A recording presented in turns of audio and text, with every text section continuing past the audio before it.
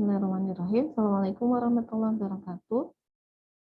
Insyaallah kita bertemu lagi pada perkuliahan konservasi energi pertemuan ketiga.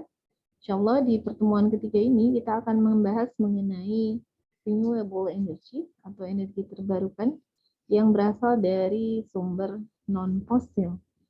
Nah, di pertemuan kedua kemarin kita sudah membahas mengenai sumber-sumber energi yang berasal dari fosil, yaitu minyak bumi dan batu bara. Kita sudah membahas bagaimana pembentukan minyak bumi dan batu bara dari berbagai teori. Kemudian kita juga sudah membahas mengenai pengolahan minyak bumi serta batu bara. Nah, pada pertemuan ketiga ini kita akan membahas mengenai berbagai sumber energi terbarukan yang berasal dari non-fosil. Di antaranya ada bioenergi, kemudian energi surya, ada energi angin, kemudian ada energi panas bumi yang dimiliki Indonesia dengan berbagai macam potensi yang dimilikinya dan sangat berpotensi untuk menggantikan sumber energi fosil yang sampai saat ini masih menjadi sumber energi utama di dunia. Apa capaian pembelajaran yang harus kalian capai pada pertemuan kali ini? Kalian harus mampu menjelaskan apa saja energi terbarukan non-fosil, terutama yang memang dimiliki oleh Indonesia secara potensial. Kemudian harus mampu menganalisis bagaimana cara kerja dari berbagai macam energi terbarukan dan harus mampu menganalisis berbagai kelebihan serta kekurangan yang dimiliki oleh energi terbarukan. Baik, sebelum kita mulai ke materi, kita lihat terlebih dahulu video berikut ini yang merupakan video mengenai potensi energi terbarukan atau yang kita sebut sebagai EBT yang dimiliki oleh Indonesia. Selamat menyaksikan.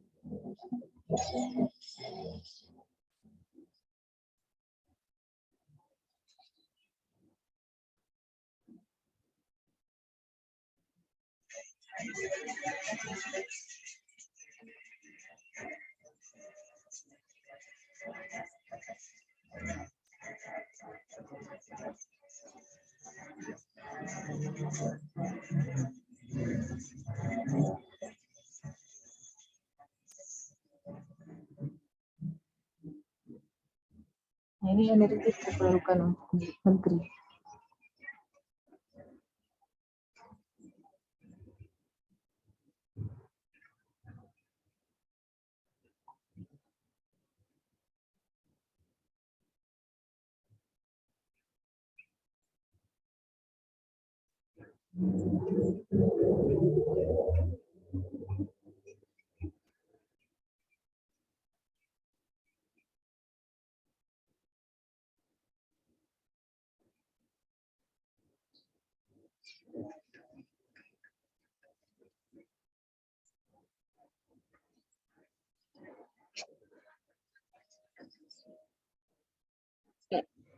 Oke, kita potong-potong saja karena ini sangat panjang.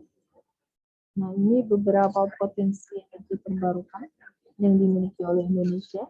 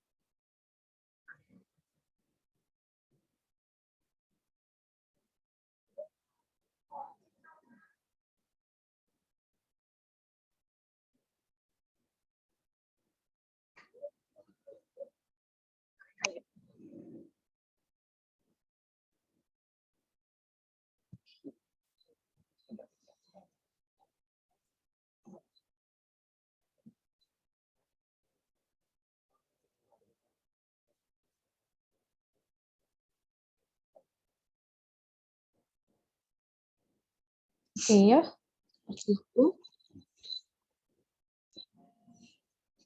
Jadi potensi energi terbarukan di ya, sangat besar.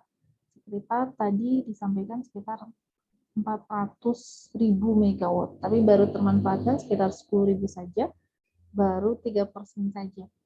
Nah, ini menjadi tugas kita sebagai ilmuwan ya, untuk kemudian meneruskan sumber-sumber atau potensi-potensi energi terbarukan yang dimiliki oleh tanah air kita ini, sehingga memang benar-benar dapat dimanfaatkan dan dirasakan kemanfaatannya oleh seluruh rakyat Indonesia.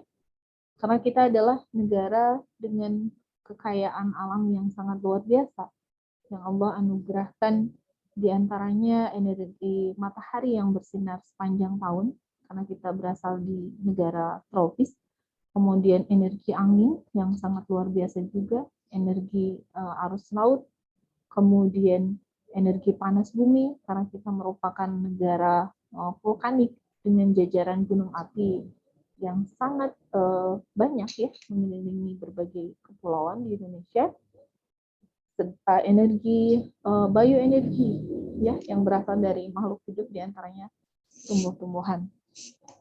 Oke, ya, renewable energy ini atau energi terbarukan tadi sudah disebutkan, diantaranya ada energi geothermal ya.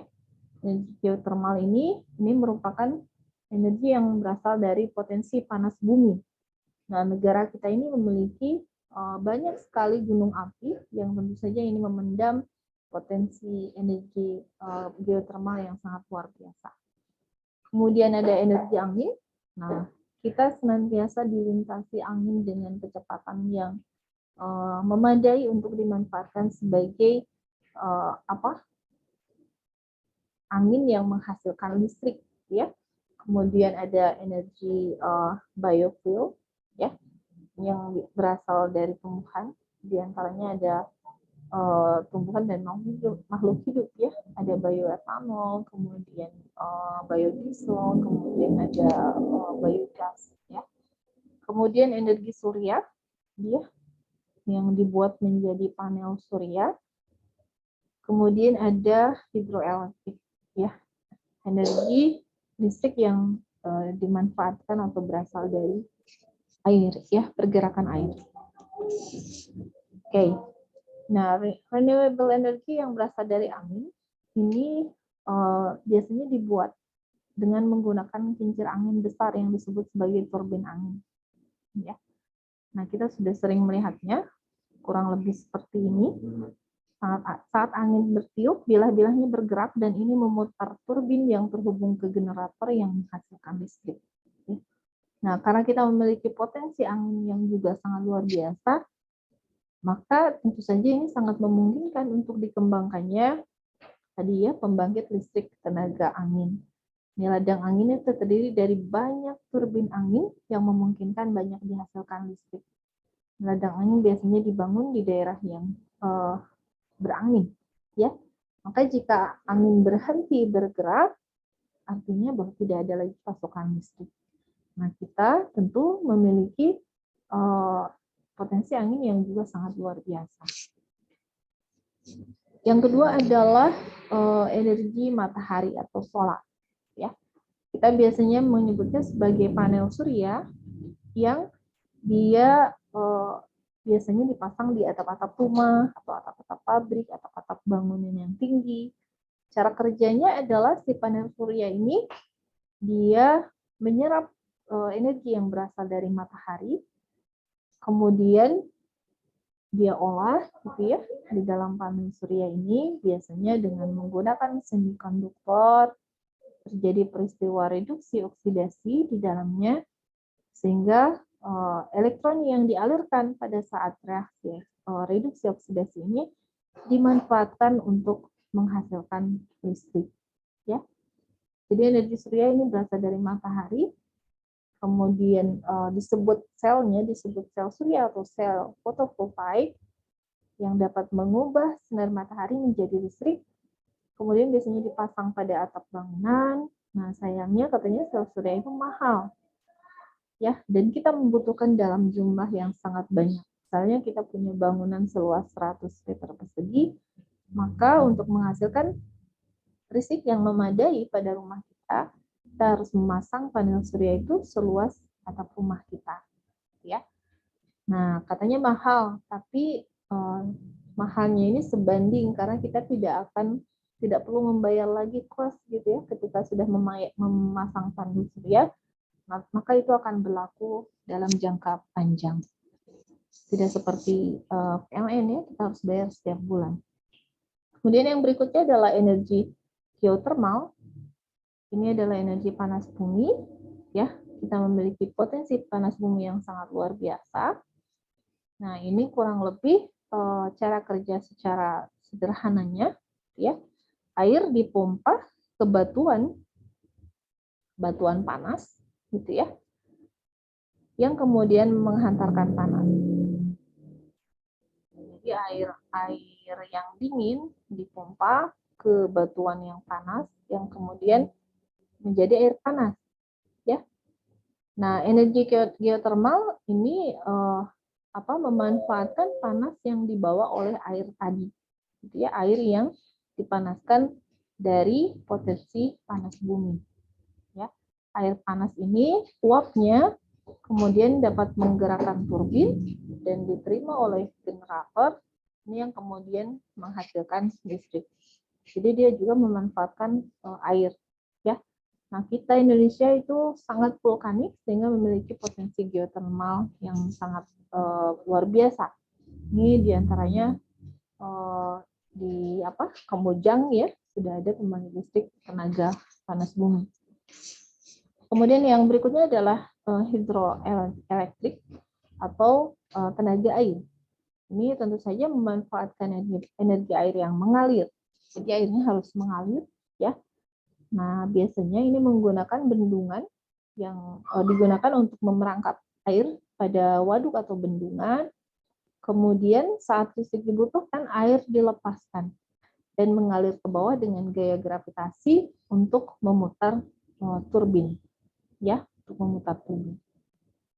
Nah, ini katanya lebih dapat diandalkan ketimbang tenaga surya dan angin, ya, karena kita juga, Masya Allah ya, diberikan potensi air yang juga luar biasa, mengalir sepanjang tahun, ya, dan ini tentu saja dapat sangat mungkin untuk dimanfaatkan untuk menghasilkan listrik, ya.